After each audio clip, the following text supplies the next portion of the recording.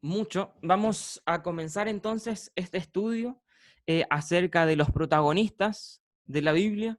Estamos estudiando los profetas, vamos a ir avanzando poco a poco, viendo personaje tras personaje, y estamos estudiando ya hace varias semanas los, eh, los profetas, analizando su contexto y por supuesto su mensaje, la importancia que tienen, qué es lo que Dios entrega, le entregó al profeta y también lo que nos entrega a nosotros. En esta oportunidad vamos a estudiar al profeta Miqueas. Como siempre comentamos, cualquier duda, cualquier comentario pueden hacerle allí saber, agregar.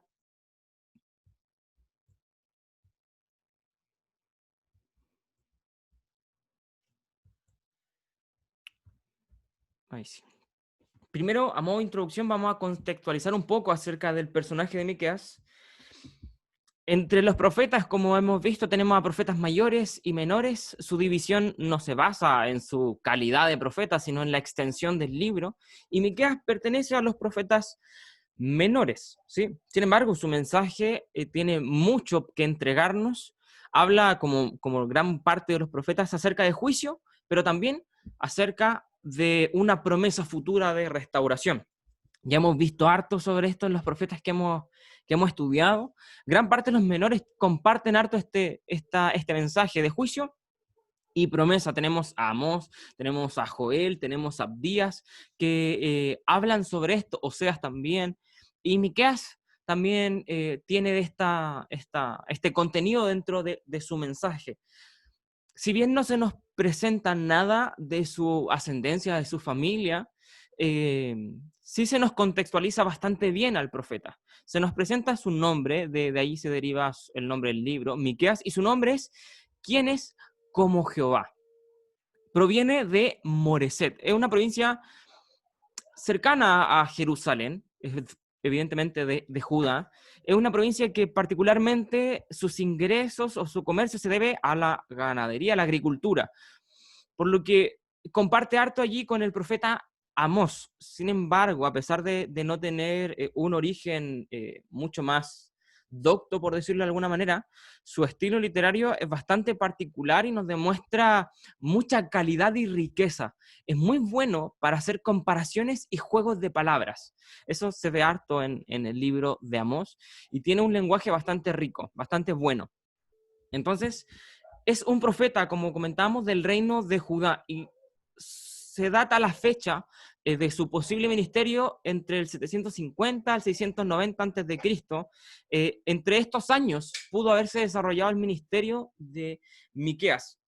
Aproximadamente pudo haber durado entre 40 años y vivió o trabajó entre los reinos de Jotam, Acaz y Ezequías del reino de Judá. A pesar de ser de Judá, su mensaje también alcanzó y fue extendido hacia el reino de Israel. ¿Sí? Tiene harta profecía igual acerca del reino de Israel, de Judá, y también allí algo que veíamos en todo su esplendor en el profeta Isaías, el profeta mesiánico. Miqueas también tiene profecías acerca de Jesucristo. Vamos a profundizar de ellas un poco más adelante, ¿sí? ¿Cuál es el contexto de la época de Miqueas, de su ministerio, de los reinos de esta época? Tanto Israel como Judá, ambos reinos gozaban de una estabilidad, tanto económica como política. Tenían un buen pasar, por decirlo entre comillas. Sin embargo, la clase social que lideraba a Israel, los líderes y todo el grupo de gobierno, se vuelve egoísta y cruel, corrupto, corrompido. Y se nos presentan tanto a los reyes, los sacerdotes y los profetas totalmente desviados del camino de Dios, alejados de la moral bíblica, de la moral que Dios había establecido, muy alejado de la ética que nosotros podemos leer en toda la palabra de Dios. Estaban totalmente corrompidos. Vamos a profundizar un poco más adelante. Y no solo se nos presenta también este panorama, sino que las naciones externas a Israel y a Judá también tienen mucho que ver en la historia y en la profecía de Miqueas. Y particularmente en este periodo, ya lo hemos visto en otros profetas que comparten contexto, como Isaías, comparten periodo, Miqueas e Isaías. El reino de Asiria estaba casi en su apogeo, era un reino muy poderoso, un imperio en este tiempo, y por lo que algunas de sus profecías no son tan descabelladas, al menos en el momento en el que fueron pronunciadas, pues tenían que ver con el reino de Asiria. Y vemos cómo este reino importante e imponente, el reino de Asiria, entra en escena, y la profecía, que no es exclusiva de Miqueas, sino de muchos profetas, de que el reino del norte sería destruido, es alcanzada posteriormente por mano del reino asirio en el 722 a.C., cuando el reino del norte es destruido. ¿Sí? ¿Y cuál es la tónica del pueblo, el contexto de la nación? Que titubeaban entre la fe y la apostasía. De hecho, es común, como también hemos visto en otros profetas, que el pueblo aparentaba una religiosidad, y no solo aparentaba, sino pensaba que llevaba un culto que a Dios le agradaba. Sin embargo, era un culto muy vano, un culto muy superficial, un culto como una especie de soufflé, que aparentaba un volumen, pero no tenía consistencia, estaba hueco. Era, como muy bien dijo Jesucristo, ¿no es cierto?, al grupo, a los fariseos, sepulcros blanqueados. Aparentaban una espiritualidad, pero por dentro estaban sucios, estaban muertos, corrompidos, ¿no es cierto?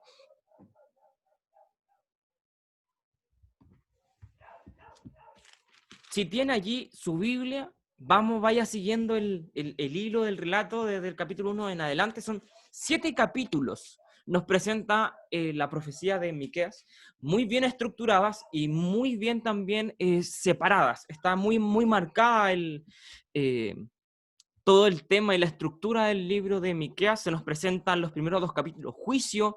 También tenemos allí promesas, eh, mensajes directos a la nación de Israel, a la nación de Judá. Hace al final del libro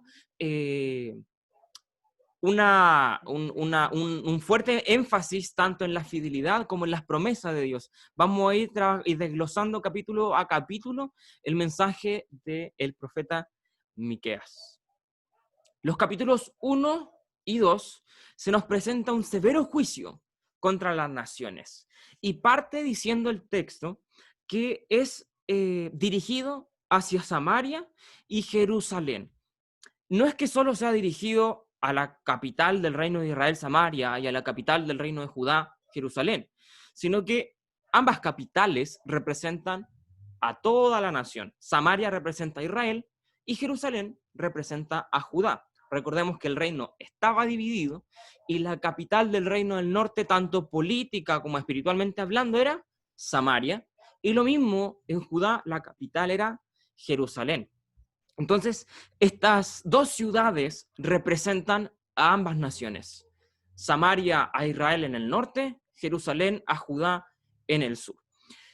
Fíjese lo que nos dice el versículo 5, porque se nos presenta el motivo del juicio contra las naciones. Dice así: todo esto por la rebelión de Jacob y por los pecados de la casa de Israel. ¿Cuál es la rebelión de Jacob? ¿No es Samaria? ¿Y cuáles son los lugares altos de Judá? ¿No es Jerusalén? Se nos presenta la rebelión en el caso del norte de Samaria, de Israel, y se nos presenta la idolatría en el reino del sur, ¿sí?, en Judá. Cuando la Biblia habla de lugares altos, como en esta porción, se nos está refiriendo y haciendo alusión directa a la idolatría. ¿Por qué? Porque era costumbre, desde reinados bien anteriores, que los reyes permitieron la idolatría en los reinos tanto de Israel como de Judá. Tarde o temprano ambos reinos cayeron en la idolatría. Y era costumbre que en los lugares altos, literalmente en montes, se construyeran altares para los ídolos, para los dioses paganos. Entonces, este término, los lugares altos, fue ocupado constantemente para referirse a la idolatría de la nación. Un segundo.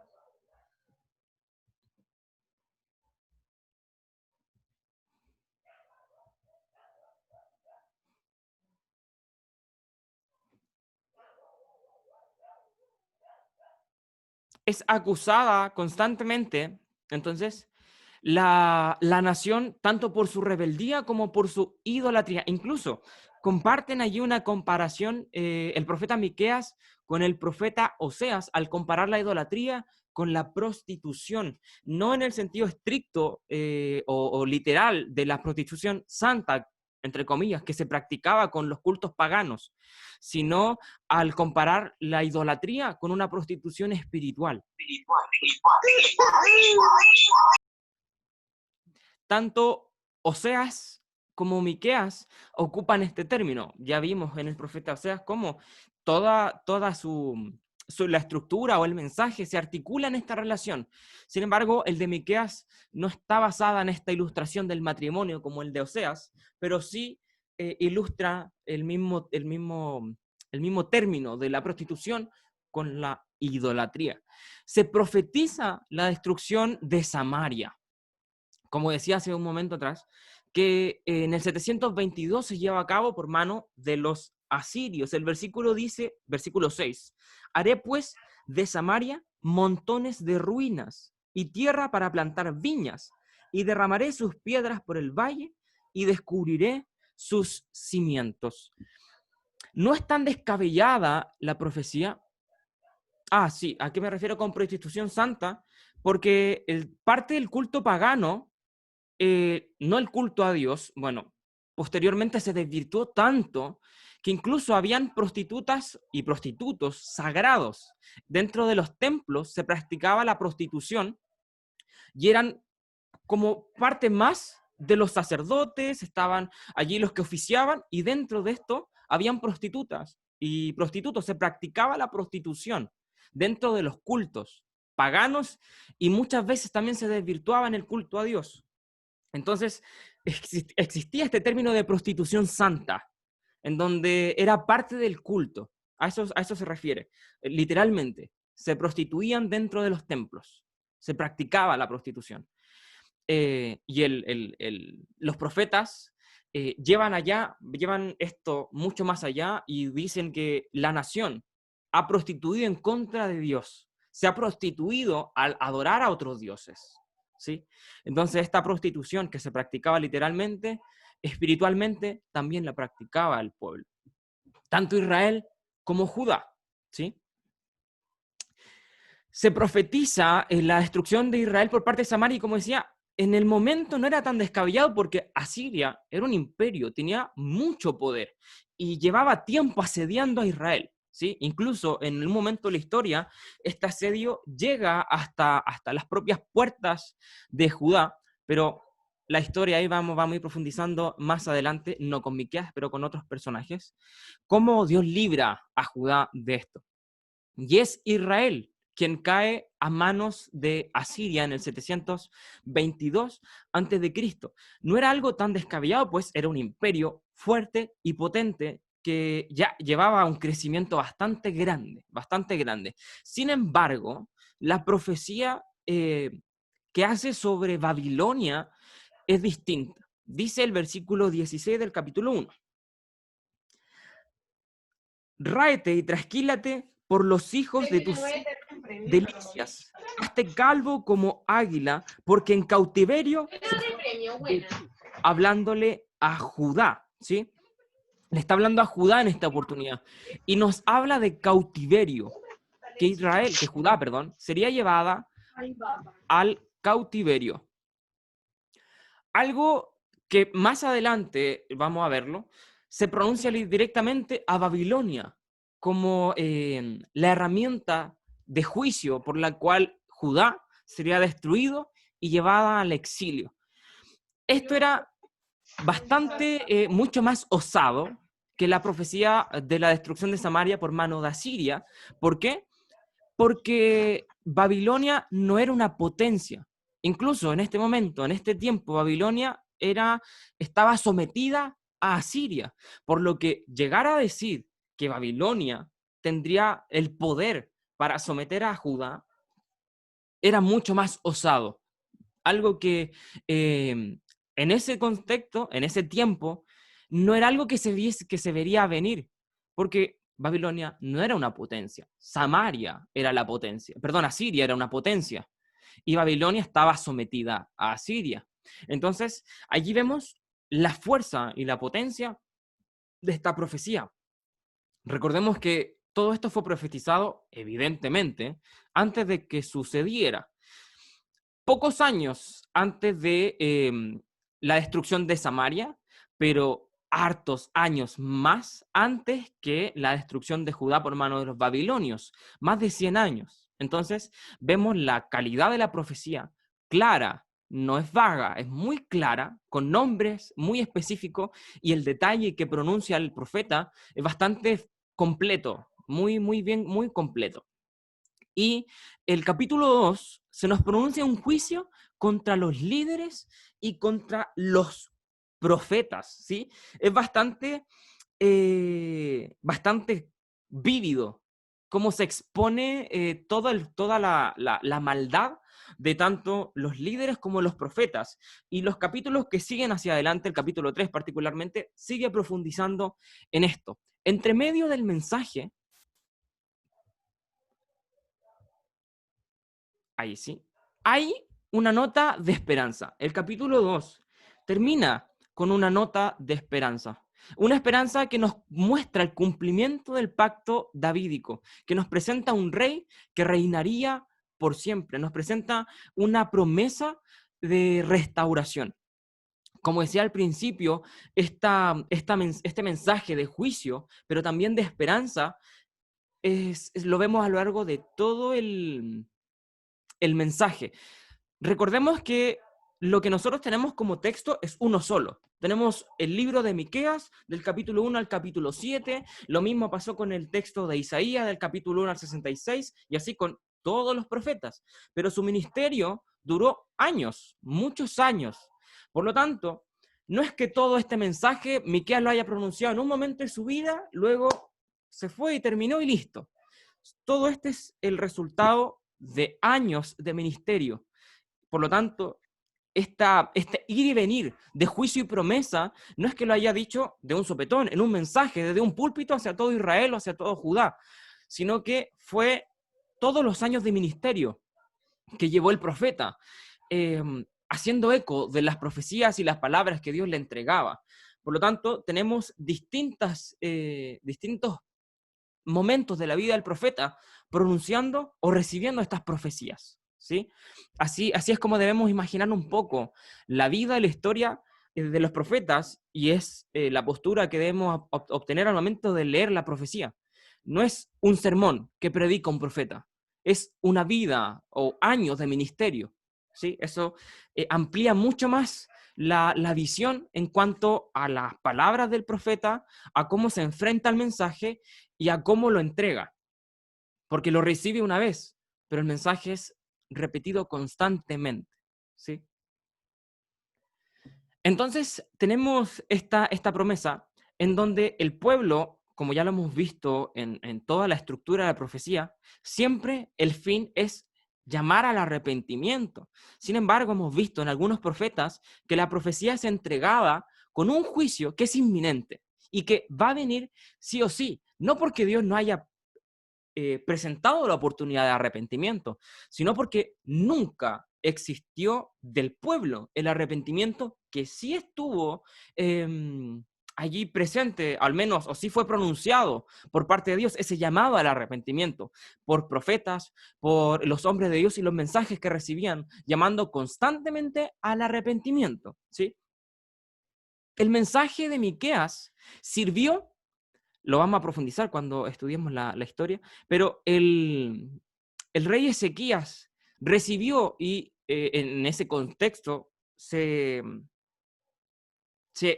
experimenta el mensaje de Miqueas, se hace eco y sirve para una reforma constante, para, para limpiar y purificar un poco al pueblo, las profecías de Miqueas, el juicio pronunciado, hacen eco y son escuchadas posteriormente y reciben la correcta aceptación. Hay arrepentimiento, hay una restauración. Entonces, el mensaje de juicio no busca el juicio en primera instancia, como ya lo hemos comentado en otros momentos y con otros profetas, sino que su principal misión es buscar el arrepentimiento. Sin embargo, si no se llega al arrepentimiento, el juicio es inminente. Amén. Sin embargo, no solo está la búsqueda de arrepentimiento atrás del juicio, sino también está esta nota de esperanza, de restauración, esta promesa en donde el pueblo iba a volver a unirse, iban a ser esparcidos, pero van a volver a ser reunidos y van a disfrutar bajo el reinado perpetuo de su Señor, de este rey que vamos a ver más adelante, el cual vendría de Belén, ¿no es cierto? Nacería allí, que reinaría con justicia por siempre. Amén. Esta nota de esperanza, vamos a verlos más adelante, vemos la calidad del profeta en cómo hace contrastes, cómo hace comparaciones y cómo tiene muchos juegos de palabras. Si ustedes pueden leer allí el capítulo 1 y el capítulo 2, hay una porción en donde hace un juego de palabras con naciones, con pueblos, donde son comparadas el nombre del pueblo junto con cómo va a resultar, cuál va a ser el fin o cuál va a ser la respuesta de las personas. Y al final del libro también hace un juego de palabras con su propio nombre y una pregunta que establece. Vamos a llegar allá y vamos a comentar un poco sobre eso. En el capítulo 3, como ya comentaba, se prosigue la denuncia contra los líderes, contra profetas, contra los sacerdotes. Es bien vívido el mensaje y el lenguaje que ocupa Miqueas para describir lo cruel que son. Los líderes de la nación de Israel, de Judá, eran incompetentes, avaros y corruptos. Lo hemos visto ampliamente, cómo la nación del norte, la nación de Israel, es el símbolo del pecado, es el símbolo de la idolatría, de la desobediencia. Y cómo la tónica para describir a cada rey que sucedía uno tras otro, era diciendo que este rey era peor que el anterior, o que seguían los caminos, ¿no es cierto?, de Acab, que fue uno de los peores reyes que en este libro es mencionado, ¿sí? Incluso cuando uno lee el libro de Miqueas, hay una porción que nos hace recordar un poco a Acab justamente y lo que sucedió con la viña de Nabot. No sé si recuerdan, pero este capricho que tiene Acab con quedarse con la viña de Nabot, un hombre humilde, y que lo lleva fue Jezabel, pero él también participó al permitirlo, a un acto terrible, horrible. Inculpan a un hombre inocente y lo matan. Y no solo eso, sino que además corrompen y muestran lo bajo que estaba la espiritualidad de los sacerdotes. Cómo se prestaron para una mentira y un asesinato. Entonces, eso que sucedió con el rey Acab y la viña de Nabot, hoy día estaba esparcido en todos los dirigentes de la nación. Estaban totalmente corrompidos, ¿sí? Los versos 2 y 3 nos exponen esto. Leámoslo, dice así. Vosotros que aborrecéis lo bueno y amáis lo malo, que les quitáis su piel y su carne de sobre los huesos al pueblo, que coméis asimismo la carne de mi pueblo y les desolláis su piel de sobre ellos y les quebrantáis los huesos y los rompéis como para el caldero y como para carne en olla. No sé si logra ver lo fuerte y lo cruel del mensaje. Literalmente está diciendo Miqueas, se los están devorando. Ustedes se comen a sus propios hermanos. Ustedes que deben estar por delante, siendo los representantes de Dios, no solo los líderes, sino que más adelante también expone a los profetas y a los sacerdotes. Ustedes que deben velar por el bienestar del pueblo, se alimentan de ellos. No bastándole con sus riquezas, le roban al pobre. No bastándose con eso, le quitan la comida. se quedan con sus tierras, se quedan con todo lo que tienen. Y no solo eso, sino que además les venden con mentiras, tuercen la balanza, les roban. O sea, nos muestran a una nación totalmente corrompida. Hasta los cimientos, dice la Biblia, está corrompida la nación. Por lo cual, cuando Hermano nosotros Cristóbal, leemos esto y vemos esto, vemos que el juicio no solo es inminente, sino que es totalmente justo. Totalmente justo. ¿Sí? hermano Cristóbal, de ahí qué importante es en este tiempo que estamos viviendo, aunque sea en todo tiempo, de levantar líderes conforme al corazón de Dios. Así es. Jesucristo antes de partir, Él preparó a esos hombres, a esos que iban a ser los que iban a predicar una vez que Él se fuera, la predicación de los apóstoles y todo el tema, los preparó primero, los preparó, estuvo con ellos, los discipuló, porque vemos la tónica que se repite en cada reinado que el pueblo cae en apostasía, son los príncipes, los líderes, los sacerdotes, los profetas falsos, que, que, que ejercen una mala influencia con el resto del pueblo, porque un líder influye. Entonces, qué importante es levantar en este tiempo líderes con un corazón de siervo, que tengan las características que vemos del liderazgo de Jesús, que es un liderazgo con autoridad, un liderazgo de humildad, donde Él oye todo lo que habla del Padre. El mismo Espíritu Santo dice que glorifica al Hijo, nunca habla de sí mismo, hombres conforme al corazón de Dios, porque conforme es el líder, así también va a ser el pueblo que dirige. Así que Dios nos ayude a aprender este principio, porque así como afectó en aquella época y apartaron a toda una nación de la voluntad de Dios, eh, no así cuando hay líderes que buscan a Dios, que tienen la capacitación, que conocen al Dios y que sus vidas son una epístola, sus vidas son el mensaje. Es lo que hoy día necesitamos como iglesia. Cuando hablo de iglesia, hablo de la iglesia universal, no una iglesia. Oh. Ahí nomás. Amén. Bien. Amén. Sí, efectivamente, también mientras estudiaba el libro de Miqueas y se exponía esta pésima casta de líderes que tenía el reino, pensaba justamente en lo mismo, la necesidad de construir líderes y de ser líderes no en base a los modelos humanos, a los modelos de este mundo, sino en base al modelo perfecto que fue Jesucristo. Líder no es aquel a quien siguen las personas.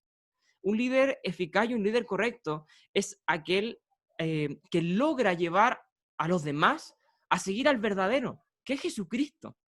Cuando un líder logra que las personas lo sigan a sí mismo, se ha equivocado, ha hecho mal su labor. Cuando un líder logra que las personas sigan a Jesús, ha hecho un buen trabajo. Ese es un líder correcto y esos eran los líderes que Israel y Judá necesitaban. Un rey que representara al pueblo y que lo llevara a la adoración verdadera, a la adoración genuina, que lo llevara a la dependencia de Dios exclusivamente. Pero ¿qué recibieron? Líderes incapaces de llevar a la adoración, líderes incapaces de representar al pueblo, líderes corruptos, sacerdotes vendidos, profetas que les interesaba el dinero y no la palabra, no el ministerio. Estaban totalmente corrompidos, hasta los cimientos, como decía. Y exprimían al pueblo, se alimentaban de ellos, en vez de guiarlos hacia Dios, los desviaban introduciendo la idolatría, introduciendo el culto pagano, edificando altares, pero nunca vemos a un líder comprometido con Dios primeramente y luego que entregara su oficio al servicio del pueblo. Se repitió el modelo del mundo, en donde un líder es puesto en la cima para que los demás lo alimenten. Sin embargo, ¿cuál es el modelo de liderazgo que presentó Jesucristo? Si tú quieres ser el primero, debes ser el último.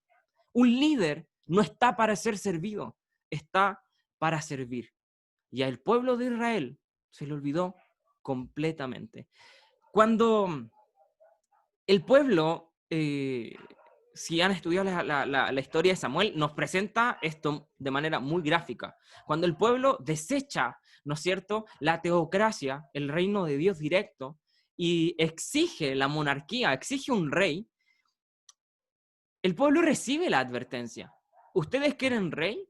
Entonces, esto es lo que ustedes van a recibir. El rey recibe esto, ustedes van a ser esclavos del rey, le van a tener que trabajar a él, van a tener que alimentarlo, va a suceder esto, y se les, como se dice, se les cantó muy claro todo lo que iba a suceder. Sin embargo, el pueblo dijo, sí, eso queremos un rey. Y el pueblo experimentó las consecuencias de sus actos. Todo lo que el hombre sembrare, eso cosechará. El pueblo no estaba recibiendo algo injusto y desmedido, estaba recibiendo el justo castigo de sus errores y la cosecha de lo que un día sembraron. Amén. El oficio profético, como dice allí, estaba también corrompido. No hablaban si no les pagaban. Y cuando les pagaban, hablaban solo lo que les convenía. Jamás trabajaban su ministerio para lo que realmente estaban llamados, para predicar la palabra de Dios. Cuando hablamos del oficio profético, hablamos de el grueso de los profetas. El grueso, porque habla de profetas, no habla de nombres, habla del oficio profético que estaba vendido. Sin embargo, a pesar de eso, vemos algunos que sobresalen de esto, como los profetas que nosotros podemos estudiar. Miqueas es el caso, Isaías, Abdías, Joel y todos los profetas que hemos estudiado, que rompen este paradigma que se creó de profetas que ya no predicaban la palabra de Dios, sino que eran vendidos a los reyes y a aquellos que lograban pagar su trabajo. Recordemos, y hemos trabajado, que el oficio profético en este contexto, en este tiempo, tenía mucha preponderancia, estaba muy bien posicionado, era bien mirado y estaba considerado como parte de la línea, ahí literalmente, real. Muchos eran consejeros de reyes, ¿sí? Estudiábamos esto también anteriormente con el profeta Isaías, nos exponía Marco, cómo él y algunos otros también trabajaron como consejeros. Entonces, su palabra tenía mucho peso delante de la nación. Por lo tanto, valía, tenía mucho que ver, era muy influenciable un profeta delante de la corte real. Por lo tanto, esto corrompió el ministerio y, como bien dice el libro de Miqueas, se vendieron la palabra de Dios. Y esto, cuando estudiaba, me hacía recordar el pasaje de Simón el Mago, alguien que al ver el poder de Dios quiso comprarlo con dinero para poder obtener ese poder. Sin embargo, la Biblia nos dice que el oficio de Dios, que su palabra, que la unción de Dios, no se obtiene por medios humanos, no se obtiene por el dinero. Y lo que los reyes escuchaban cuando los profetas hablaban, profetas que eran pagados, no recibían palabra de Dios, recibían palabra humana, palabra corrompida, profecías que nunca se cumplirían, visiones que eran falsas. Por lo tanto, lo que hacían era sembrar en saco roto. Teniendo el verdadero consejo al lado de ellos, lo desecharon y escogieron oír la mentira. Hermano Cristóbal, por eso es que cuando uno va al Nuevo Testamento y dice, porque uno va al meollo y todo, ¿por qué están estos problemas? Y hay un liderazgo ahí que absolutamente egocéntrico, como decías tu liderazgo que le hace ver al hombre a sí mismo, no hace mirar a Dios, no glorifica a Dios, sino que glorifica al hombre, que eso es nefasto. Llegar a esa autosuficiencia, el creerse superior a otro. Entonces tú cuando vas, por ejemplo, en los testamentos, dice, no pongas con ligereza las manos, no coloques no elijas un neófito, sino que neófito significa alguien que no conozca la Escritura, y al no conocer la Escritura no conoce a Dios, porque Dios lo conozco a través de la Escritura, porque sin conocimiento no hay una visión de Dios. La visión de Dios viene de un conocimiento tanto escritural como un conocimiento vivencial con Dios, dos cosas muy importantes en la hora de elegir líderes. La hora de escoger, porque los requisitos tú los encuentras ahí en Tito, que marido de una sola mujer, no dado el vino, que tenga buen testimonio de la afuera, que sea hospedador, te fijas que eran como los requisitos, porque es nefasto Claro, porque tú colocas a alguien que no tenga esas dos cosas, va a ser una persona con un liderazgo que va a estar liderando conforme a su propio corazón, llevando a las personas a mirarlo a él o a mirarla a ella, quien sea. Y eso es nefasto, porque principalmente nosotros, como tú bien dices, estamos para servir con humildad, con autoridad, no con ser autoritario, sino que con la autoridad que Dios entrega, con el conocimiento de las Escrituras, porque a través de ese conocimiento nosotros tenemos la visión para guiar una nación, un pueblo, quien sea que sea, bajo la voluntad de Dios. Por eso que siempre ha sido muy importante en cuanto a escoger líderes, prepararlos y capacitarlos para que ellos puedan ejercer un ministerio que glorifique a Cristo. Porque ese mismo problema que tú ves en el pasado se repite hoy día en muchos lugares, sin mencionar ninguna parte, obviamente con mucho respeto, pero haciendo una pequeña reflexión, porque en esto uno no se hace rico, esto no es por ganancias deshonestas, no es para hacerse ricos, no es para trasquilar a las ovejas y sacarle lo poco que tienen, sino que es para, obviamente, para glorificar al Señor. Así es, así es. Como bien decía nuestra pastora, debemos, la idea al estudiar tanto el contexto, la historia y la profecía que fue entregada en ese contexto y historia, la idea de estudiarla es analizar nuestra vida hoy. Porque, como bien decía, lastimosamente, en el plano espiritual hay muchos líderes que buscan lo mismo que lo que nosotros podemos leer en el pasaje de Miqueas, en donde son líderes que no llevan al pueblo a adorar a Dios, sino a adorar al hombre, que venden y tuercen la palabra. ¿Para qué? Para que los predicadores, los profetas, puedan dar mensajes que ellos quieren, no que Dios quiere. Mensajes, ¿no es cierto?, que están alimentados por doctrinas no de Dios, sino doctrinas humanas, de demonios. Y la Biblia dice que como cristianos nosotros debemos buscar la madurez. Y la madurez se encuentra en el estudio de la palabra. Allí encuentra el cristiano su crecimiento. Allí el cristiano echa raíces. Allí el cristiano encuentra aquello que nutre su alma, el pan de vida, esa agua que sacia su sed. Ejercitando, ¿no es cierto?, el trabajo en el estudio de la palabra, alcanza la madurez. La Biblia incluso nos llama, ¿no es cierto?, a ejercitar esta labor, a buscar la verdad, a predicarla, a enseñar, a exhortar, ¿no es cierto? Sin embargo, muchos líderes espirituales no buscan esto. Tuercen la palabra buscando el consejo humano, la exaltación del propio hombre y no de Dios. No son representantes de Dios en la tierra, sino que son líderes que buscan satisfacer sus propias necesidades a costa del otro. Y también nosotros debemos preguntarnos cómo estamos siendo al momento de predicar. Nuestros mensajes, nosotros como personas, al predicar, ¿estamos llevando a los demás a que busquen a Cristo? ¿A que nos miren a nosotros mismos? ¿A que se exalten a sí mismos? ¿O lo estamos llevando a la oración? Debemos analizarnos a nosotros mismos. Estamos llamados a predicar el Evangelio de Cristo. Estamos llamados a exponer la verdad de las Escrituras al mundo. Pero nuestro mensaje debe llevarlos al oyente a la adoración a Cristo, al conocimiento verdadero de Dios, no a la exaltación personal, no a la autosuperación, no al bienestar propio, sino al arrepentimiento, predicando siempre el Evangelio de Cristo, quien es nuestro centro, nuestro foco. Debemos predicar siempre a Cristo y nada más. Amén. El profeta hace un contraste muy fuerte, allí exponiendo estos profetas falsos que se vendían con dinero, ¿no es cierto? Y él dice, mas yo estoy, ¿no es cierto? Dice el versículo 8 del capítulo 3, si allí quiere seguir la lectura. Mas yo estoy lleno de poder del Espíritu de Jehová y de juicio y de fuerza para denunciar a Jacob su rebelión y a Israel su pecado. ¿Se fija cómo aquí no leemos nada de soberbia en el texto? No es que el profeta diga, ay, él, miren, se está ahí como levantando a sí mismo. No, al contrario, Lo que está haciendo el profeta es contrastar, ¿no es cierto?, el llamado, supuesto llamado que tenían los otros profetas, que era un llamado en base al dinero.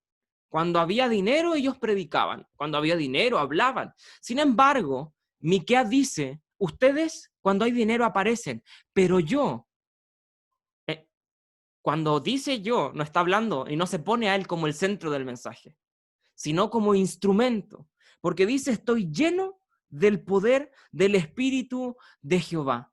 A mí no me llama el dinero, a mí no me llama el bienestar del hombre, a mí no me llama un rey, no me llama un líder humano, a mí me llama Dios. Mi mensaje me lo entrega el Espíritu de Dios, el Espíritu de Jehová, y mi autoridad viene de Él, no viene de un rey humano, no viene de un líder que pagó mi servicio, viene de Dios, quien me invistió de juicio y de fuerza, de un mensaje que busca denunciar a Jacob y a Israel. Y se fija cómo ocupa los mismos términos que leemos al principio, rebelión y, ¿no es cierto?, el pecado, que lo veíamos al principio era la idolatría. La rebelión es algo muy, muy, muy serio. Es irse en contra de Dios de manera deliberada, deliberada. Ese es el término. Habla de un acto deliberado que busca irse en contra de algo, y en este caso es de Dios. El pueblo se había rebelado en contra de Dios. Y es particular porque el pueblo no pensaba así. Ellos decían que estaban bien. Ellos pensaban que el culto que ellos ofrecían a Dios era de su agrado, que era que llegaba delante de su presencia con olor grato. Sin embargo, estaban tan corrompidos que no eran capaces de ver sus errores. Cuán hundidos estaban. Amén. Cristóbal, Sí. em, es súper bueno el mensaje de Miqueas porque nos damos cuenta que, como han dicho todos, el centro del mensaje no está en el hombre. ¿M? Y la verdad es que la palabra de Dios, Jesucristo fue muy claro cuando llamó a sus discípulos, les dijo que el que gane su vida la va a perder, y el que la pierda para vida eterna la va a ganar. El ministerio, el propósito, no se trata de uno mismo, y no nos debemos a nosotros mismos nuestro tiempo, nuestros recursos, absolutamente nada. Por eso la palabra de Dios dice, y me seréis testigos. La palabra testigos es mártir.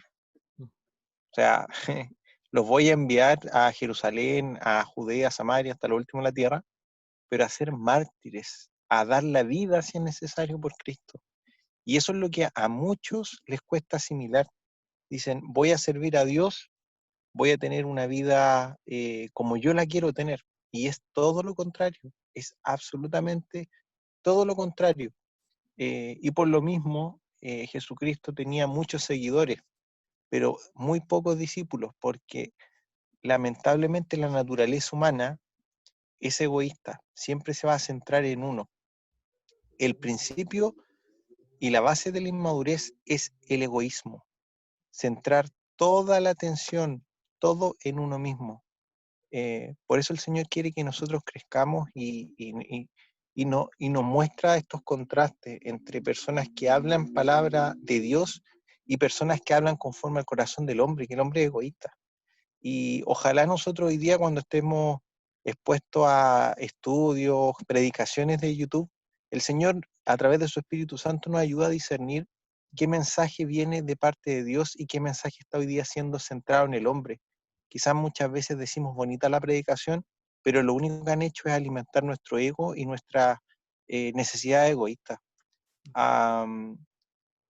Yo pienso que es bueno darle una vuelta a esto y meditar también, porque muchos no nos damos cuenta y pecamos muchas veces, me incluyo de egocéntricos. Así que eso. Amén. Así es. Es importante entender cuál es lo que Dios busca de nosotros.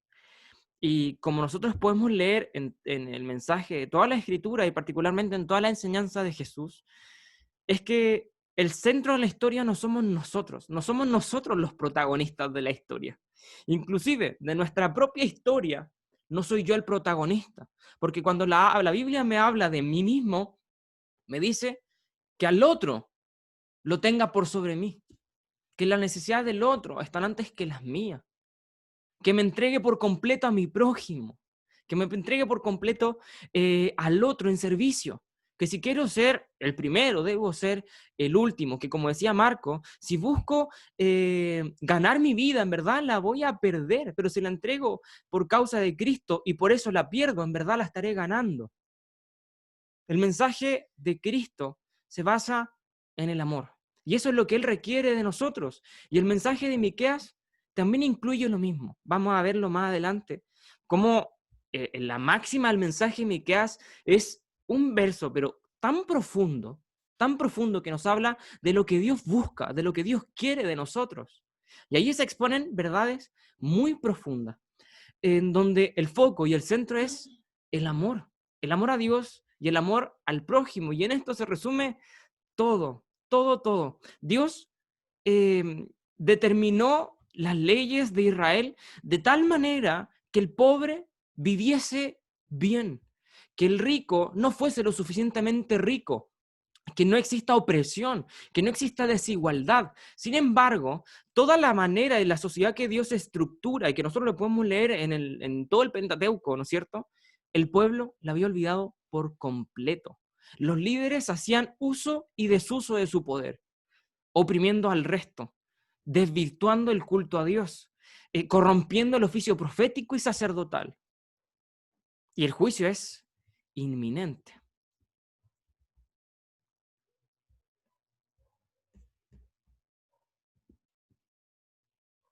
Escuche lo que dice el libro de Miqueas, el juicio contra los débiles. Ustedes gobernantes toman decisiones con base en sobornos. Ustedes sacerdotes enseñan las leyes de Dios solo por dinero. Ustedes profetas no profetizan a menos que se les pague.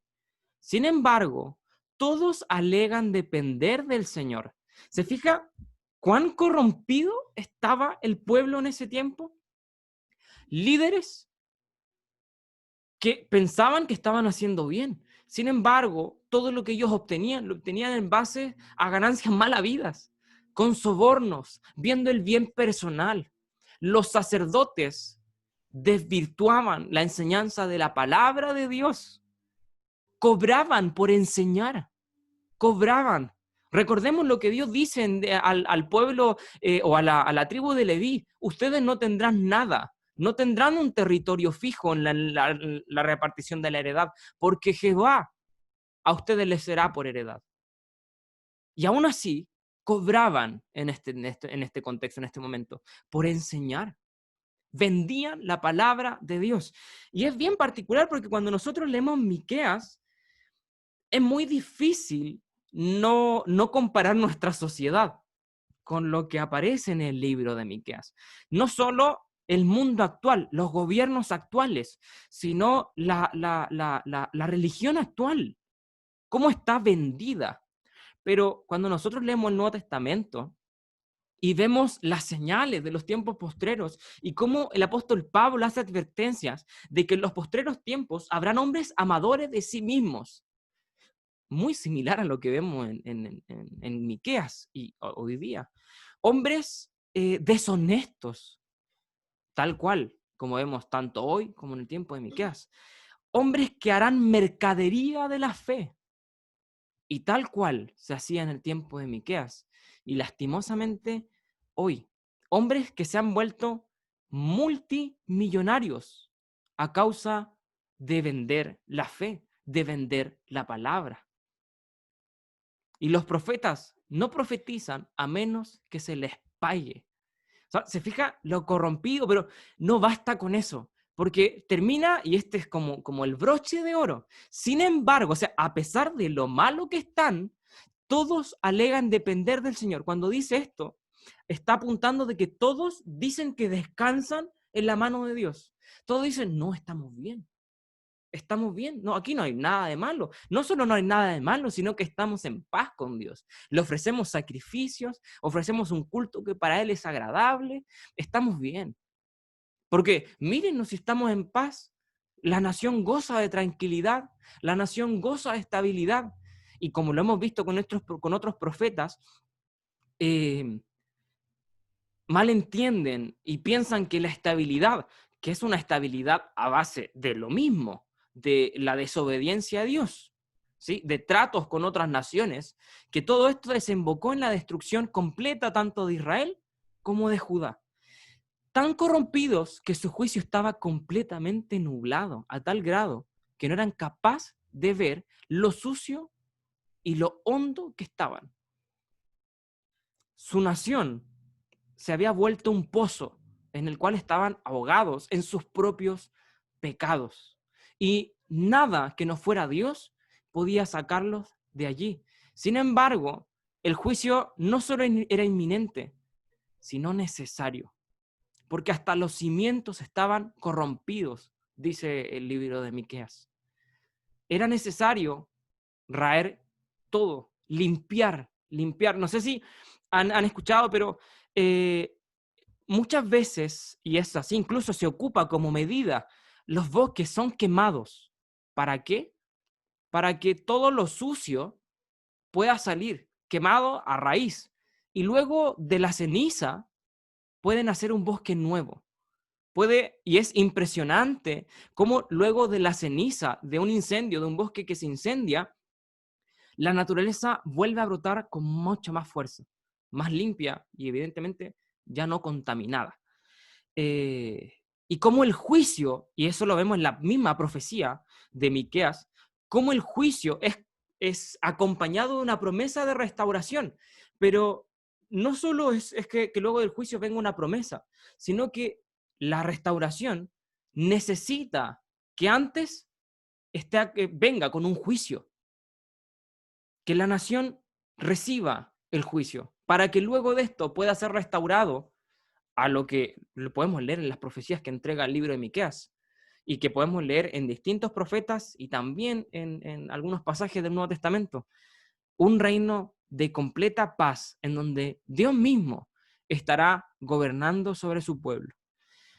Y es impresionante y es profundo, igual importante que meditemos en esto.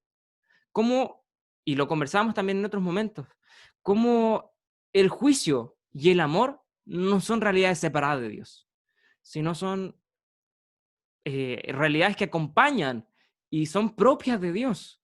Así como Dios es un Dios de amor, también es un Dios de juicio, que para mostrar amor necesita mostrar justicia. Y para mostrar justicia también necesita mostrar amor. Todos los atributos de Dios se mueven en perfecta armonía. Amén. El capítulo 4 nos presenta una esperanza futura. Se rompe, ¿no es cierto?, este mensaje de juicio con un mensaje de restauración, en donde se nos presenta, de hecho, si ustedes pueden leer en su Biblia, la mayoría va a tener un título allí que diga el reinado universal de Jehová. Y se nos presenta este reinado, y como ya hemos visto en otros profetas, este carácter universal de Dios. De hecho, se dice en el verso 2 del capítulo 4 que vendrá gente de muchas naciones. Ya hemos visto esto en otros pasajes del Antiguo Testamento y podemos entender que este carácter universal de Dios ha sido siempre así, no es algo nuevo, no es que Dios haya, luego de que en la nación de Israel lo desechara, a él por despecho acogió a los gentiles. Siempre estuvo en el propósito de Dios abarcar al mundo entero. Él se dio en rescate por todos, amén. Y este carácter universal de Dios lo podemos ver a lo largo de todas las escrituras. El juicio, y esto es bien particular, como le decía al principio, como hay contrastes en la profecía de Miqueas. Se dice, van a ser destruidos, pero la promesa es, van a ser restaurados, ¿sí? Y es bien particular este contraste en donde se habla de la destrucción, porque Israel sería destruido, pero también la profecía habla de que Judá tendría el mismo fin, sería destruido también.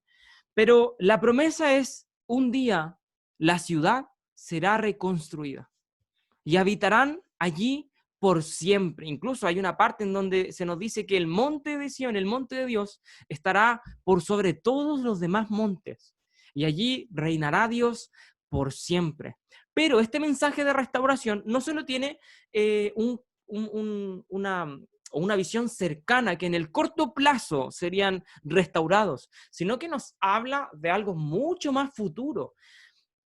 Y este carácter profético de esta profecía que apunta hacia el tiempo muy posterior, incluso vemos, y ya lo comentábamos también en otros pasajes de otros profetas, nos apunta al reinado milenial de Cristo, al reino futuro de Cristo, en donde el pecado va a ser destruido por completo y vamos a poder reinar con él por siempre.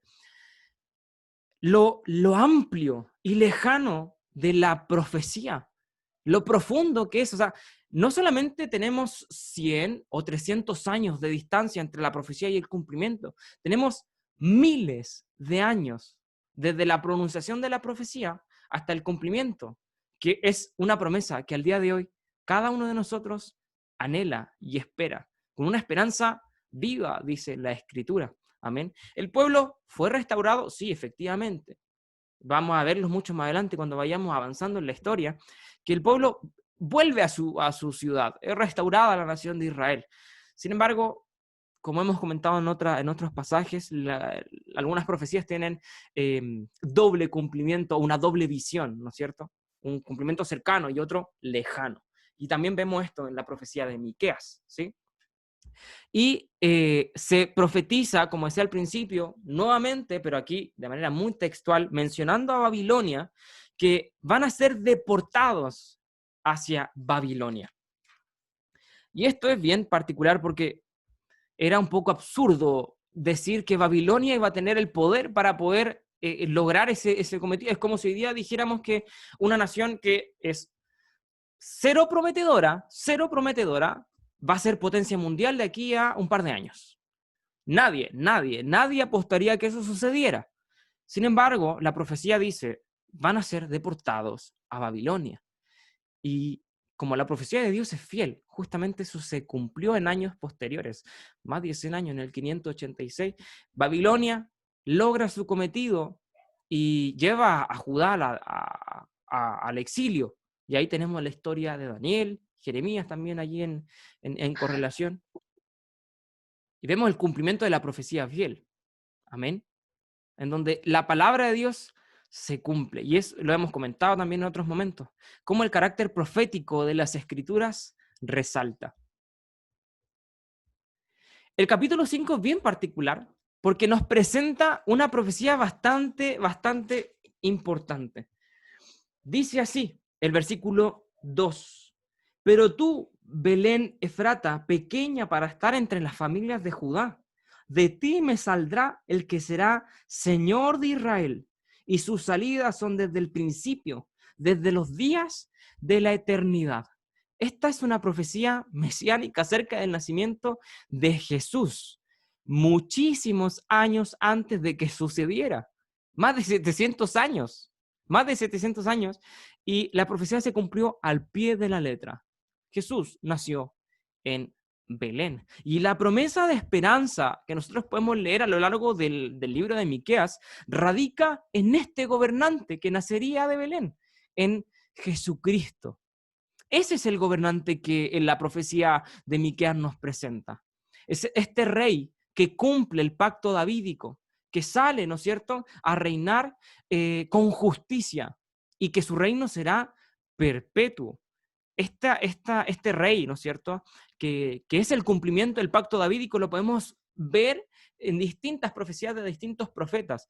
Los profetas nos ofrecen una imagen con un panorama completo de distintos ángulos de visión acerca de Jesucristo y el cumplimiento de su reinado. Amén.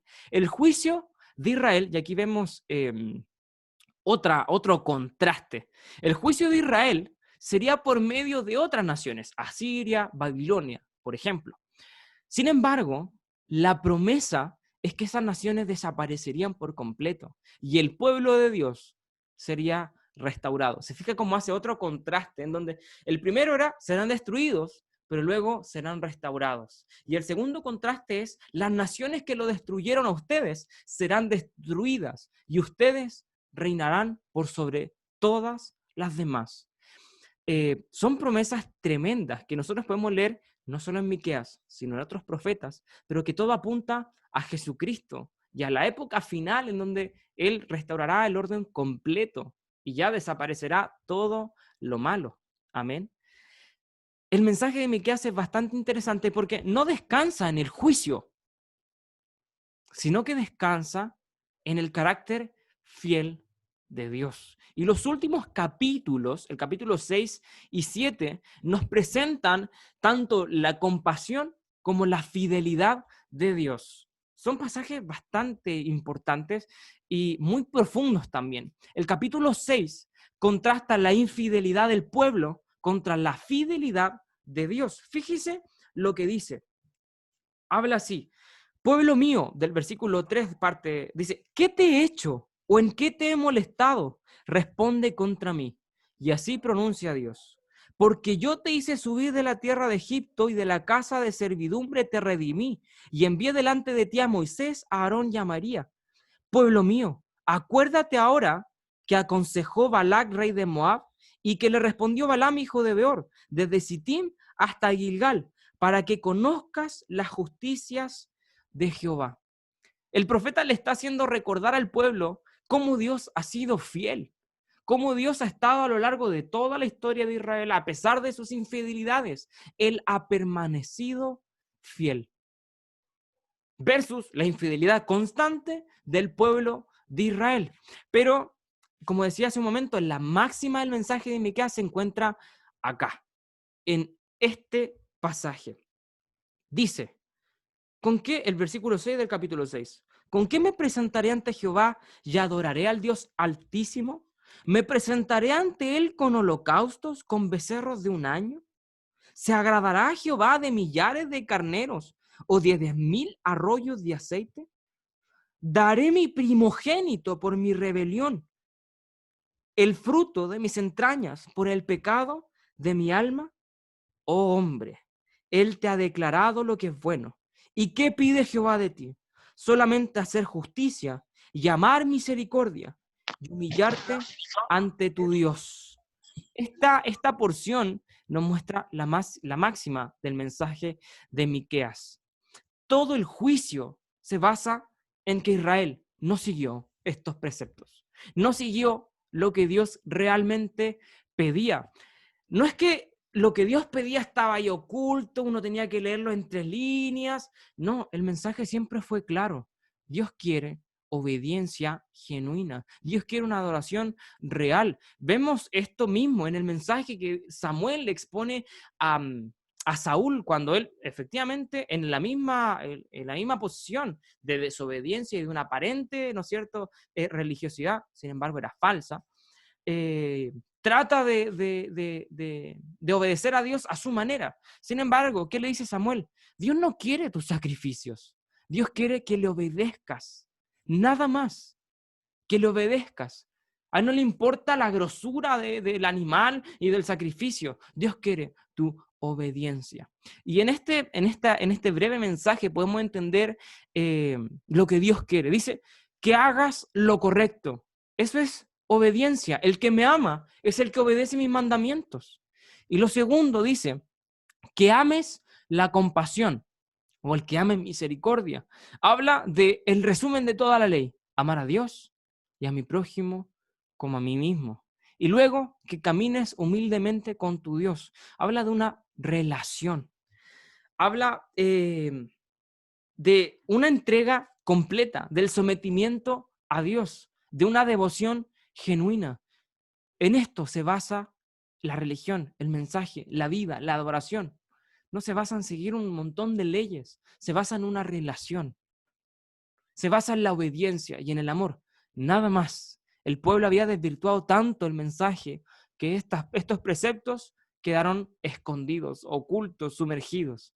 Sin embargo, hay una promesa de restauración. Este pueblo infiel será juzgado, pero un día el pueblo será restaurado. El capítulo 7 termina con una nota de esperanza, resaltando la veracidad de Dios y recalca el cumplimiento del pacto que Dios había hecho a Abraham y a todos los patriarcas. ¿Se fija cómo resalta la fidelidad de Dios hacia tanto su pueblo, pero también hacia sus palabras, hacia lo que él había prometido? Entonces, aquel mensaje que comienza con un juicio hacia una nación infiel, termina con la exaltación de un Dios fiel. Es interesante cómo está este contraste, no solo en algunos pasajes, sino en todo el libro vemos el contraste entre, como también lo hacía Isaías, el siervo infiel y Dios, aquel Dios fiel. Amén. Este contraste lo podemos ver en todo el libro de Miqueas, en donde nos presenta una nación infiel que ha corrompido el culto, que ha desvirtuado, ¿no es cierto?, la religión real y ha contaminado a toda la nación, versus un Dios que ha sido fiel pese a la infidelidad y que, a pesar de que haya juicio, Él da una promesa, una esperanza de restauración futura. Amén. Esto es lo que nosotros podemos extraer y podemos ver y estudiar acerca del libro de Miqueas. Si no lo ha leído, lo invito a seguir estudiando y profundizando en lo que Dios habla acerca de la nación y lo que podemos nosotros extraer acerca del mensaje de Miqueas. Pero como comentábamos a lo largo del estudio, analicémonos a nosotros mismos, analicemos nuestra realidad. ¿Qué servicio le estamos ofreciendo a Dios? ¿No estamos entrando en los sacrificios tal cual como la nación de Israel, entregando un montón de animales, la grosura, el aceite? ¿O estamos realmente cumpliendo lo que Dios pide de nosotros, de ti y de mí? ¿Estamos cumpliendo eso de Dios? ¿Estamos acatando lo que Él nos pide? Eso es lo que debemos analizar en nuestra vida. Ese es el reto que nos presenta Miqueas en las últimas palabras de su mensaje. ¿Realmente estamos haciendo lo correcto, amando la compasión y caminando humildemente con nuestro Dios? Eso es algo que debemos meditar cada uno de nosotros. Amén. No sé si alguien quiere hacer algún comentario, alguna duda, agregar algo. Este es el momento. Yo quería decir qué impresionante cómo en ese Miqueas en resumen lo que es realmente la verdadera religión. Está lejos de la religiosidad, hacer justicia, hacer misericordia, 3 cosas o 3 puntos que el pueblo de Dios está careciendo. Y si nos vamos al Nuevo Testamento, vamos al libro de Santiago, y él habla cuál es la verdadera religión, dice visitar a las viudas, a los huérfanos, a los necesitados. Nos habla también un poco de lo que es verdaderamente, porque a veces bajo una religiosidad podemos esconder una falsa espiritualidad, y la religión pura de Dios, inmácula, es esa del corazón, de que nosotros podamos ser personas transformadas por Dios y se note nuestra conducta en nuestro diario vivir, porque ellos hacían todos los sacrificios, se veía tan espiritual todo, pero con sus acciones estaban negando al Dios que ellos decían creer. Y es una reflexión para cada uno de nosotros, creo yo, de vivir una fe genuina, como Dios nos enseña también a través de este libro. Me gusta mucho porque es como siempre los profetas y en la Biblia nos muestran los errores, lo que no debemos hacer y lo que debemos hacer, porque este discurso hubiera quedado incompleto si no hubiera sido por esa frase final. ¿Qué pide Dios de ti? O sea, le muestra todo lo malo, todo lo que es incorrecto delante de Dios, porque a Dios no le podemos engañar, porque Dios ve el corazón y Él juzga las intenciones del corazón. Entonces, esto está mal, pero esto es lo que tú debes hacer. Y es así como nos enseña Dios a pensar correctamente. Nos basta actuar correctamente, y ahí está la diferencia, que a lo mejor actuaban correctamente en el sentido de que los sacrificios estaban, esa formalidad estaba, pero ellos no estaban pensando correctamente. Entonces Dios nos lleva en las Escrituras a pensar correctamente, porque si pensamos correctamente, vamos a actuar correctamente, porque el cambio se va a efectuar en el corazón y no en el exterior. Como dijo Jesucristo a los mismos fariseos, que ellos se decían hijos de Abraham, le dijo sepulcros blanqueados, ustedes se ven hermosos por fuera, pero por dentro están podridos.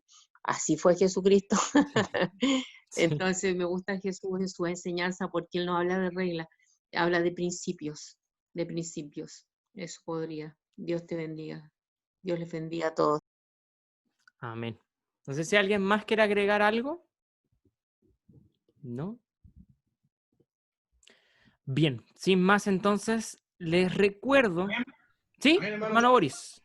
Que hoy en día debemos ser igual, pues no debemos ser religiosos así, religiosidad por encima nomás, que tenemos que seguir a Dios de todo corazón, que la religión no sea falsa, sino que sea de todo corazón y la entrega total a Dios. Y de ahí va a venir todo, viene el amor, viene todo, pero hay que entregarlo por completo a Dios, no a medias. Amén, eso sería mi hermano Cristóbal. Amén. Así es. Bien, Dios les bendiga a todos. Dios bendiga este estudio. Y antes de terminar, quiero comentarles que, bueno, mañana están las reflexiones pastorales que hacen nuestros pastores a través de Facebook e Instagram a las 8 de la tarde. No se los pierdan, están muy buenísimas. El día viernes hay Dorcas a las 8 de la tarde también. Sábado, jóvenes a las 5:30. Domingo, a las 4 de la tarde, tenemos escuela dominical y a las 6 de la tarde nuestro culto general.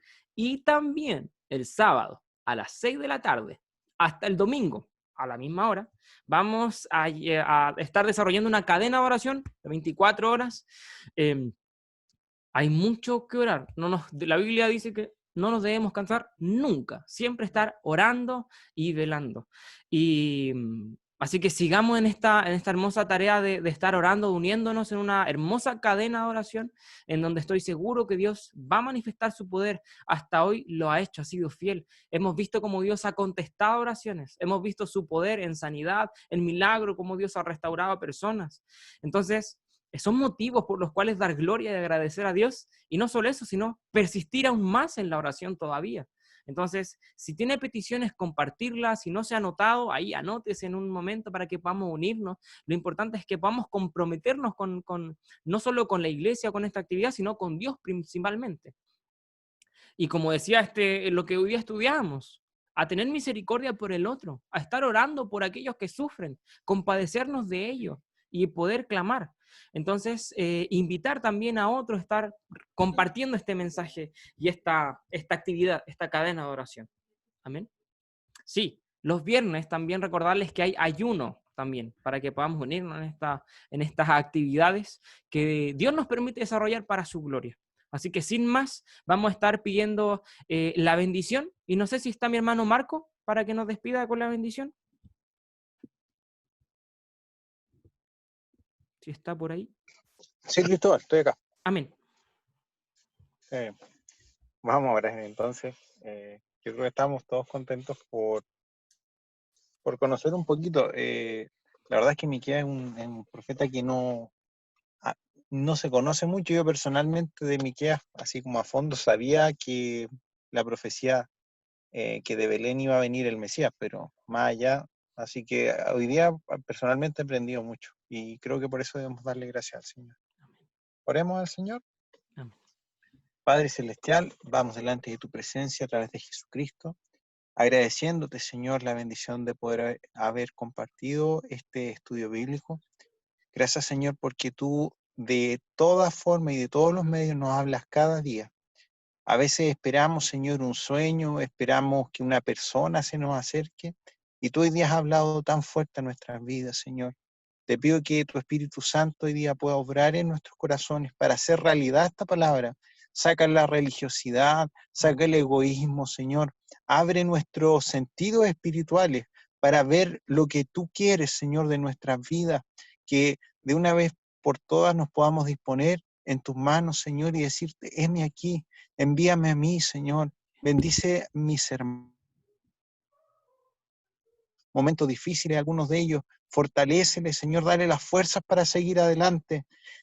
Padre, te pedimos que tú puedas levantar hombres valientes como Miqueas, que no callaron aún en medio de personas que quizás le estaban diciendo que estaba loco, que estaba mal con su mensaje. Él prefirió obedecerte a ti, prefirió, Señor, estar bien contigo antes que con los hombres. Bendice nuestras vidas, Señor, danos ese valor y que este ejemplo también pueda servirnos a nosotros para llevar un ministerio íntegro, Señor, no por enriquecernos, ni por hacernos de un nombre, ni por ganarnos el aprecio de la gente. Queremos quedar bien contigo, Señor, llegar al final y decir, he peleado la buena batalla, he ganado, he terminado esta carrera. Ayúdanos, Señor. Gracias te damos y te pedimos tu bendición para cada una de nuestras vidas. En el nombre de Jesús. Amén.